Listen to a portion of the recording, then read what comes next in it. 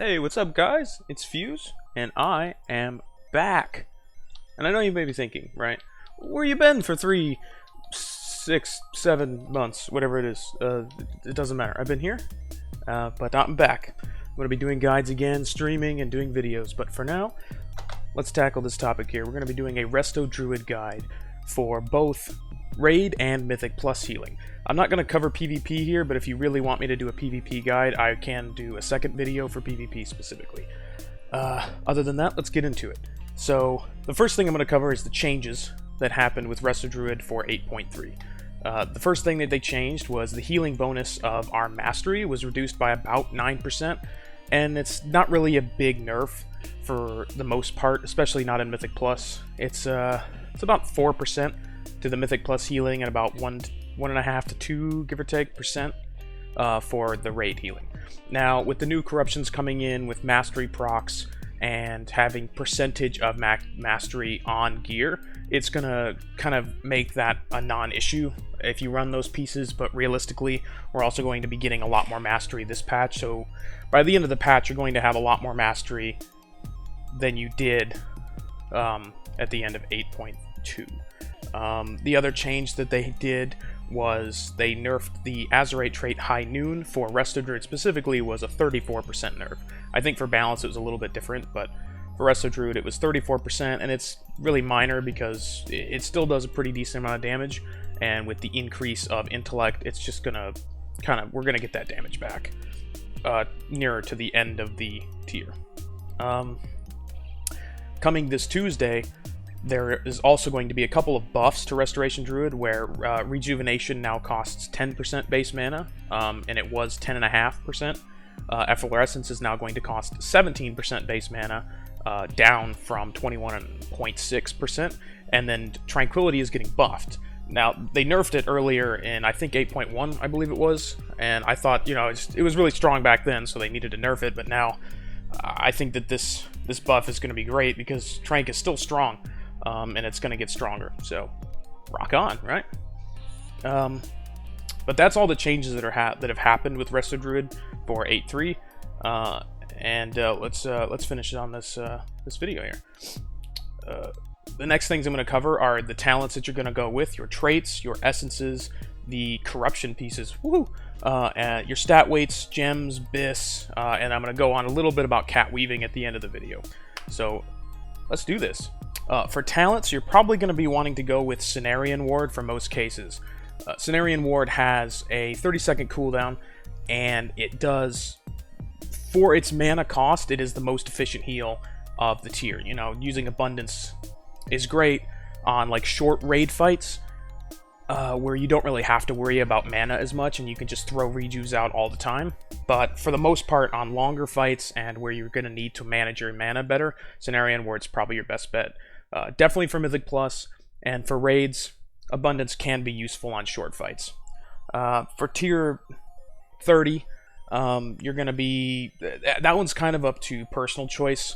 I would not recommend Renewal, because Renewal is a 1.5 minute cooldown for you know, a 30% heal, which is great, but most raid encounters require a decent amount of mobility, and having Wild Charge, I mean, Wild Charge is great. Personally, my favorite is Wild Charge because I use Wild Charge for more than just jumping into cat form and jumping at something. You can use it to jump to an ally as well, and that can help you get out of some dangerous situations if there's no enemies present to jump to in cat form. But you can use Tiger Dash. There's nothing wrong with Tiger Dash. It is perfectly fine. It's up to personal preference, but I would recommend not Renewal unless the fight doesn't require a lot of mobility. For tier 45, for raiding, progression-wise, Guardian Affinity is probably going to be your best bet unless there's not a lot of damage and you need range, or if you need extra damage, then Feral Affinity. But for most progression fights, I would recommend going with Guardian Affinity because the 6% damage reduction alone is huge. And if the case be where you are really low, you need to jump into bear form and use Frenzied Regen, you can do the same, and it does a pretty decent amount of healing. But the 6% alone is a real reason to use that for progression. For Mythic Plus, however, I would almost always recommend Feral Affinity. There's almost no reason why I would recommend the other two in the tier. Just Feral Affinity is great. You can do so much damage. It helps with your movement speed as well, which is pretty important for when you're doing keys and you need to be fast. But mostly it's the damage. For tier 60, that one is very situational. So, depending on the fight, you may need a stun, you may need a Typhoon, or you may need a root for raid. For Mythic Plus, it's usually... for Mythic Plus, I typically will run Typhoon, because Typhoon, I see more use in Typhoon than stun, because if there's 2 casts that need to be interrupted, I can Typhoon the whole group, and those 2 casts get delayed. They don't get necessarily interrupted, but they will get delayed, or as a stun, I can only stop one of them. So, I usually find more use with Typhoon than I would the other 3, but it's... or the other 2, excuse me. But it is perfectly fine to use them in different situations. It's a very situational row. For tier 75... I almost would never really recommend Soul of the Forest. It just doesn't compete with the other 2. Soul of the Forest just has... It's not necessarily that Soul of the Forest is a bad talent in itself, it's that you lose so much value not choosing one of the other 2 depending on the content. So for raiding, I would definitely recommend Tree of Life. Tree of Life is great. It's a 3-minute cooldown and you do a huge amount of healing with it. On top of the fact that it increases your survivability by increasing your armor by 120%. So it's huge. And you can line it up with certain times, whenever you don't need a big raid healing cooldown like Devo, Aura, or Tranquility, or Revival. You can throw Tree in the middle of 2 big cooldowns. Cultivation is great for Mythic Plus because it adds an extra hot, and it does a pretty decent, and it's almost always up for the most part, give or take. Especially on the tank, when the tank is taking a lot of damage, you can see it gains a lot of use. You can use Tree of Life in Mythic Plus, however, but Cultivation I think is better because it does a pretty decent amount of healing, and on top of that, it's GCD free. You don't need to cast anything extra to get Cultivation rolling, other than Reju, which you should already be casting in the first place. For Raid, I wouldn't necessarily always recommend Cultivation, because in order for Cultivation to get its most use in Raid, you are banking on the fact that your Raid is below 60% often.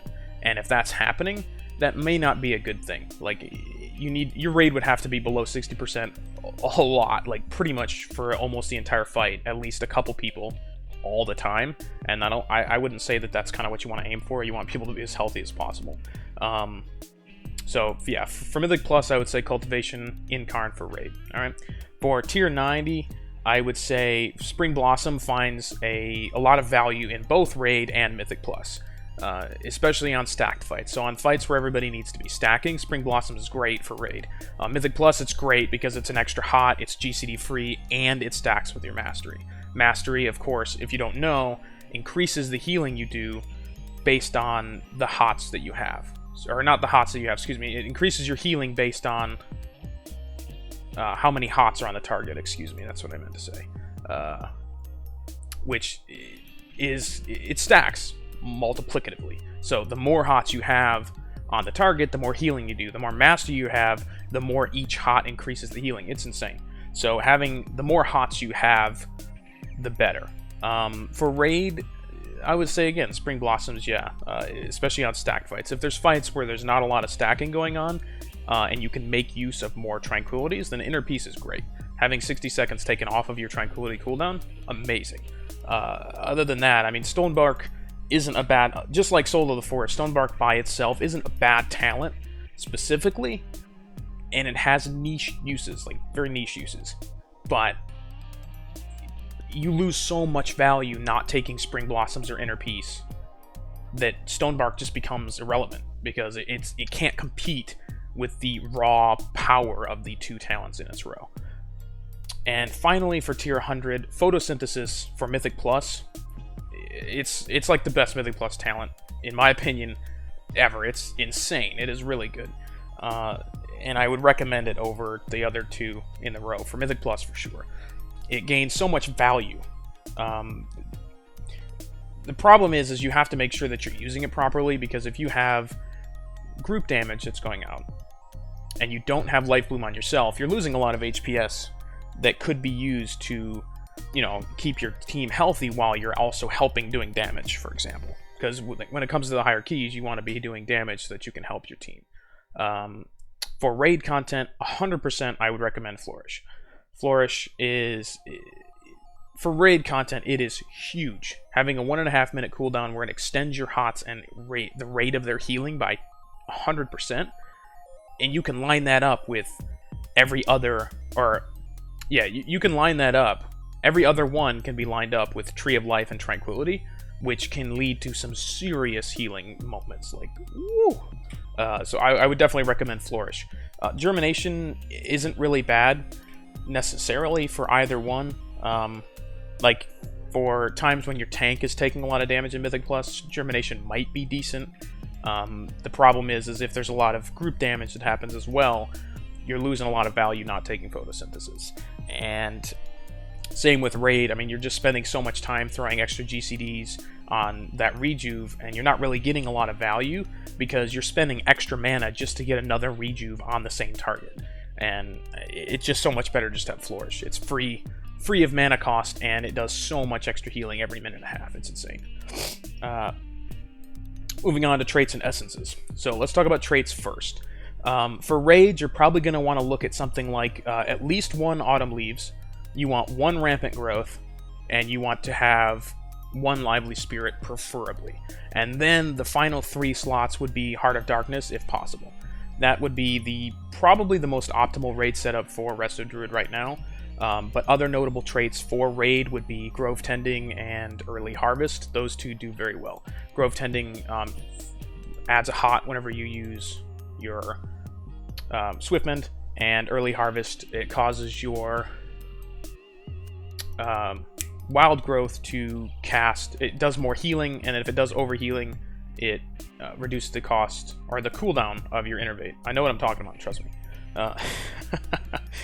For Mythic Plus, I would say you want to look at Grove Tending as one of your best. The healing for Grove Tending will stack, and so for Mythic Plus content, you want to stack multiple if you can, especially if there's not really anything better in that row to run. Grove Tending is also adding a hot, and the hot, believe it or not, it stacks with Mastery. So the hot from Swiftmend is an extra hot that increases your... Oh, sweet. It is another hot that will stack. So, again, like I said, the more hots you can run, the better. Other than that, I would say the other slots should be probably filled with something like Inside the Pack, which is a stat proc, I believe it's Mastery. Trade Winds, which is a Mastery. And High Noon is really good for Mythic Plus as well. High Noon increases the damage, again, of Sunfire, and the more damage you do, the better, because it's easy to get a Sunfire off on multiple targets, which is just free damage for just 1 GCD. Another notable trait would be Heart of Darkness, Swirling Sands, and Meticulous Scheming. Meticulous Scheming, I run 2 of them right now because, you know, that's just what I got out of my Residuum rolling, whatchamacallit, but it gives you, your spells and abilities have a chance to cause Meticulous Scheming, which, if you cast 3 different spells after that within an 8-second period, I think it is, you gain a pretty big haste proc.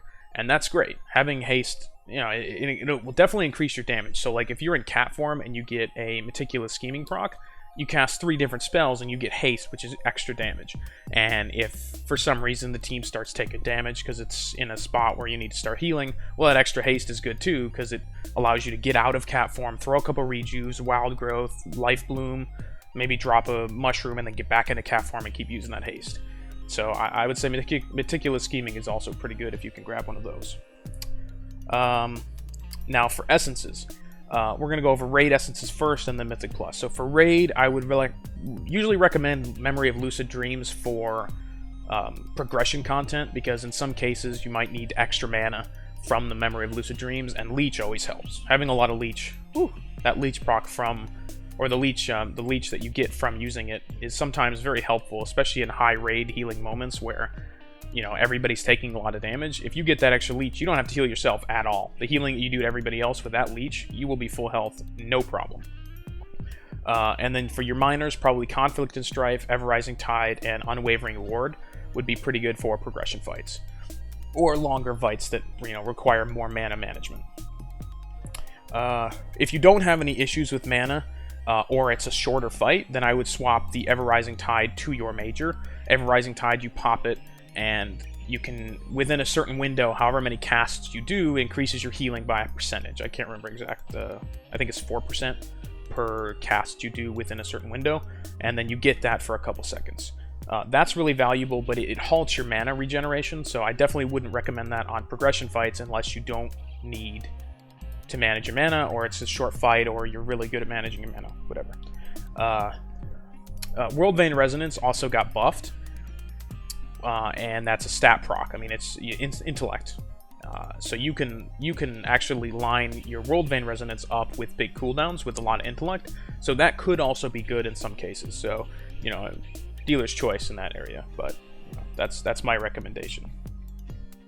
For Mythic Plus, I would say it may come down to weeks as well. Things could also change later into the season, but I would say Formless Void is a very good major to run, especially on fortified weeks. Formless Void is the one, it's the new raid one, I believe, that you can take the essence of a party member or borrow it and use it. So you can get the Meme Beam or the Focusing Iris, if you don't know what Meme Beam is. And the Focusing Iris, you beam into the group, and it does a shit ton of damage. Pardon my French. That one's really powerful on fortified weeks where you pull big packs, or on any week that you pull big packs. Really, if you do a lot of big pulls, especially on Freehold, for example, Freehold would be great for Formless Void. You take Focusing Iris from a team member and you beam, and it's great. And then for your minors, I would say Conflict and Strife, maybe Ever-Rising Tide, and Crucible of Flame.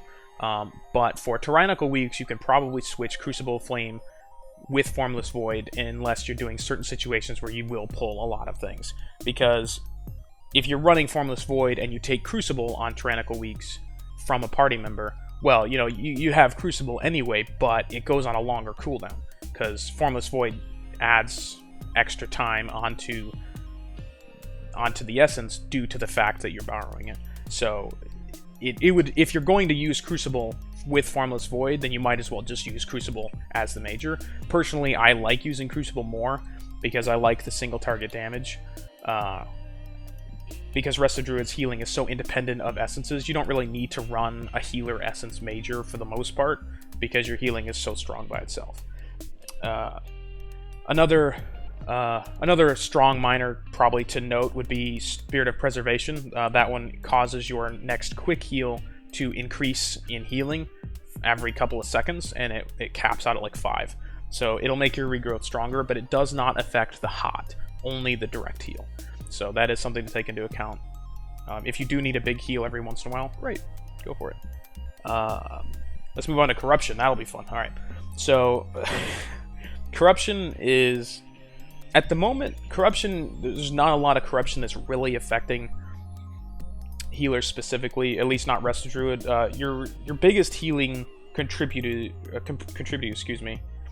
with Corruption is going to be like Leech percentage, Void Ritual's pretty good, and other stat percentage increases like you gain X% of mastery from all sources. Those are going to be probably your main pieces that you're going to want to look for raiding. And Mythic Plus, really, if you're looking for healing side. If you're looking for damage, then I mean, obviously Infinite Stars is going to be your first pick. I mean, if you can get an Infinite Stars that's good, go with that. That'll be your highest damage output for Corruption. And then following behind that would be stuff like Strike Through, which is where your critical strikes, both healing and damage, are increased in percentage effectiveness. Twilight Devastation is really good, and Twisted Appendages is pretty strong as well. So those would be what I would recommend Corruption-wise. Leech and stat procs are not Leech, stat percentages, and Void Ritual for healing, and then Infinite Stars, Twilight Devastation, Strike Through, and Twisted Appendage for damage. Stat weights, gems, enchants, your best gear, all that stuff. That's next. For your stat weights, I would recommend getting this add-on right here that I have. It's called Healer Stat Weights. Healer Stat Weights. It is, I believe, all one word for the add-on. And if it's not, it's just Healer space Stat space Weights. What Healer Stat Weights does, it calculates your stat weights in real time based on your in-game performance. So if I attack this dummy right here, attack this dummy here, and I start healing, this should put me in combat. Well, I guess it doesn't, for some reason, oh, it's, my bad. I completely forgot. It only activates, for mine, it should only activate in dungeon and raid content. Yeah, so let me get out of combat real quick. But yeah, so what it does is it calculates your stat weights in real time based on your in-game performance. So it will actually give you stat weights based on how you play. So if one person is doing something a little bit differently, they're using fewer hots and using more direct heals, it will probably calculate crit and haste higher than it would mastery, or than it would normally. Maybe mastery would still be more potent based on that, but if you're just throwing hots on everybody and doing fewer direct heals, your mastery will be a lot higher than the other person's. You know what I'm saying? So, based on how you play, it will give you stat weights to improve the way you're playing. So, that should work now. So I'm going to attack this here, and then throw some hots out. Maybe that'll work. I guess not. It doesn't work on dummies. Sorry, I can't demonstrate it. Maybe I can go take some damage instead. But I would highly recommend using this add-on to calculate your stat weights, because it is really good. See, there you go. There, it's proccing now. So I'm just going to take some damage here. This isn't going to be as accurate as it would be in dungeon content, because I'm healing myself and I'm not healing that much. But as you can see, it is moving based on how my healing is going. And if there's any overhealing, it doesn't calculate. So, yeah, you see. It will calculate leech as well, but it only calculates leech based on how often your health is too low. So that way it can tell you that you might need more leech because your healing to yourself is less, for some reason it's less important, right? But yeah, so big time add-on for stat weights. Other than that, for best gear, I mean, for your best gear, definitely keep up with your stat weights. Get this add-on, get Pawn, P-A-W-N, P-A-W-N, bam. Pawn will give you your stat weights that you put in, so you can come, if you get your stat weights, so I take this is my pawn string, right? I copy this, and then I go here, scale, import, paste. This will give me my pawn string that I just created. These are my stat weights against my training dummy. Now, do not do this on a training dummy to get your stat weights, because it's not going to be right. Trust me. Go into a dungeon when you get this. When you get this, go into a dungeon or a raid. It can be a pug, it doesn't matter. And then make sure it's used. So you go into settings, make sure it's on certain ones. So for mine, I don't do lesser dungeons for tracking, because you know it's less accurate for certain content. So if I go and heal a normal and then I go and heal a mythic 15, the stat weights are going to be different because I'm healing differently, right? So I want to know how I need to heal in mythic plus, and then I need to know how I'm going to heal in raid. All right. If you only pug normal and you do heroic raid, you know, you can turn off normal. I mean, it doesn't really matter, you know. So definitely get this add-on, get pawn. That's how you get your stat weights, and that's how you determine your best in slot gear. So if I come here, I mean, this is for balance. I think I have all my resto gear on. But if I switch my ring out, this will tell me that this is a 26% upgrade for my mythic plus set, and it's an 18% upgrade for my raid set. See, so both of those stat weights that I got were from the add-on, and they're different because the content is different. All right. Moving on to trinkets. Let's talk about trinkets. For the raid, there's a couple of good ones. So one of the most notable trinkets I would say would be probably the Forbidden Obsidian Claw. That one's really good, and that one's early. You can get that off Mout, which is the second boss, or third boss, depending on which one you go to first. And that's the one that does damage and leeches from the target and gives you mana back. So it's mana efficient, and it does good damage, and it's got intellect stat on it. So it's not bad. Definitely a good trinket. It's worth a bonus roll, so use it on that guy. The trinkets off of Raden aren't too bad. They could be useful in some cases, especially if you have the 2 set. It's definitely better than. And he also drops Azerite, so I would say you can roll on Raden as well. Rathion's trinket, I wouldn't really say is worth a bonus roll, but it is a decent trinket. if you definitely need to get some Trinket. Like, if you're really dying to get a Trinket, Wrathion's Trinket's fine. Finally, Ny'alotha's Trinket it's pretty good. I would say it's worth a roll if you're dying for a Trinket as well. But Mount and Wrathion are probably more important to roll on, in my opinion. So, you know, do with that as you will. If you need different Trinkets, then roll on different Trinkets. For Mythic Plus, there's a couple of good ones, for sure. For also, if you're an Alchemist, the Alchemist Stone is great. Having the extra mana from using it, the free socket, the verse stat stick, and the huge intellect proc on it. It procs a lot. I mean, whenever I'm using it, I'm always noticing that it's procking. I don't remember what my percentage of uptime on the buff is. I can't remember. I knew it at some point. I forgot. But definitely, it is good. So if you have that, there's a couple other ones. I mean, the Conch is pretty good. But you know, dealer's choice for the most part.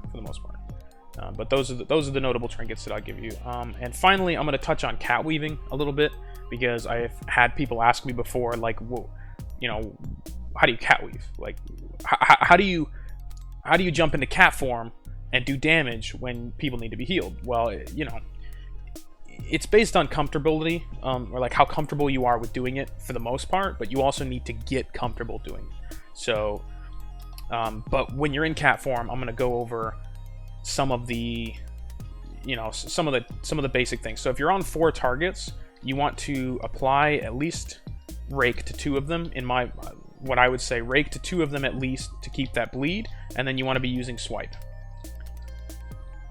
to get AoE on them, and then apply bleeds with your finisher, the rake stun, or not rake, rip, excuse me. You want to apply rip when you get full combo points to all of them as quick as possible.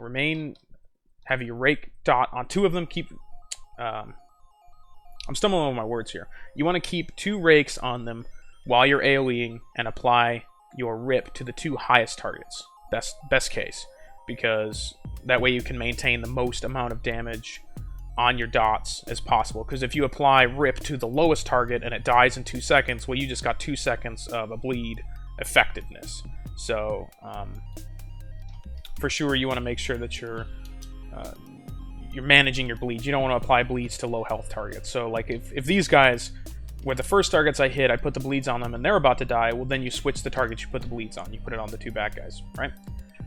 And maintain the swipe until 3 targets, and then you want to apply a rake to the 3rd target as well, and then continue to AoE the 3rd target with having bleeds on all 3 of them. And then when there's only 2 targets, you just rake over and over again, and use Ferocious Bite if it's almost dead. So it's kind of up to you to determine whether or not you use Ferocious Bite or Rip for your finisher.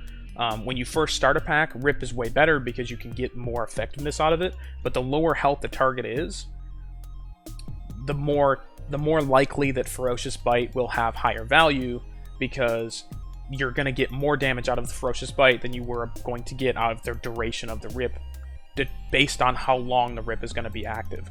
So, you know, if the target's going to die in 10 seconds, well, Rip might not be as valuable as just using Ferocious Bite. You see what I'm saying? So, you know, you'll get better at determining that the longer you're doing it. But, you know, one thing I would suggest when getting comfortable with cat weaving is, for sure, also always, you know, make sure if you're using High Noon, even if you're not, throw a Sunfire out before you jump into cat form. Getting that extra damage, it's very valuable. But yeah, so in order to get comfortable, I mean, for sure, you always want to run Spring Blossoms. This is why I suggest the Mythic Plus build that I suggest, which is this one right here, is because it is very GCD efficient. This Cultivation does not require a GCD. Spring Blossoms doesn't require a GCD. Photosynthesis increases your healing without increasing, you know, adding a GCD. So you throw Life Bloom on yourself in some cases, or on the tank, depending on how big the fight's going to be. And then you throw a Wild Growth out, throw down your Mushroom, jump into cat form. That's the best way to maintain, you know, the health of your group for a couple seconds, so that you can get some damage out, apply some bleeds, jump out, reapply Sunfire, heal if you need to, throw another Wild Growth out if need be, go back into cat form. See what I'm saying? It's all about, it's a rhythm. So you throw out some heals, get everybody, make sure they're pre-hotted for healthy, you know, to be healthy for the fight, and then you jump into cat form, get some bleeds out, and then when you feel like you need to jump out, you come back out, reapply hots, get people healthy again, reapply sunfire, go back into cat form. It's just a rhythm. You'll get used to it the more you do it. But to start out, I mean, if you feel like you can only get one bleed out, go for it. I mean, really, you know, throw a couple hots out, jump into cat form, put a bleed on, come back out, do some healing, come back in, do some damage, come back out, do some healing. Just, you'll get comfortable with it. The more comfortable you get with it, the better you'll be at it. Other than that, I mean, I guess a couple add-ons. I guess I could cover some add-ons. For me, for my UI, I use ElvUI. I really personally really enjoy ElvUI. It feels good. It looks good. It's not big and clunky. It's just my personal UI. I also hide my bars so that I have more room so I can see what's down here, because I've been playing Resto Druid for so long. I mean, I don't need to see what my spells are, and when I do need to see what my spells are, weak auras or tell me when. Those two, this is what that is. This is weak auras, tell me when, the two different add-ons. So weak auras or tell me when, two different add-ons, will tell you what you have here. So you can, I use tell me when just because that was the first one I used and I just never changed, but weak auras definitely has a lot more people using it and more available resources out there. But you set up anything. I mean, this is my trinket here. I don't know what that is. I forgot already. Oh no, this is my this is my void ritual and my meticulous scheming. You can have potions on there. This is just an anchor for my groups here, and then you can put anything on here, and that will track your cooldown, so that way you don't have to keep looking down at your bars, and you can have it right here where you need it, or you can put your bars up here. It doesn't matter. But those are the main add-ons that I would say are big time helpful. Other than that, I mean, that's all I got for you. I've been playing my monk for raid. I've been tanking on my monk in raid, and if you guys want me to do a monk guide as well, I can do a monk guide. If you want me to do a monk healer guide, I can figure out how to monk heal, and I can do a monk guide. If I don't figure out how to monk heal, I'll do the research and figure out how to do it, even if I don't do it right, and I'll give the guide correctly, you know, so that way I'm at least providing the right information. And if there's any other classes that you want me to cover, I like doing my research, so even if I can't play the class or don't play the class, I can learn the class, and I would be very happy to help people, you know, figure out how to play it. So if there's any classes that you want me to do guides on, anything else, I can do more Resto Druid guides about different things, anything. I mean, just give me some comments, put some comments down there, let me know what you want. If you like the video, give it a like, let me know what you think. You know, if you have any comments, if I missed something, let me know. I'm happy to just, you know, receive information if I forgot something. Other than that, I am streaming.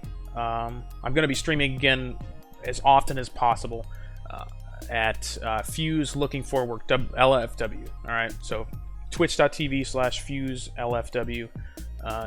You know, stop by, give me a follow, come just hang out, you know, all that shit. Let's go. Hope you liked the video, and I will see you next time.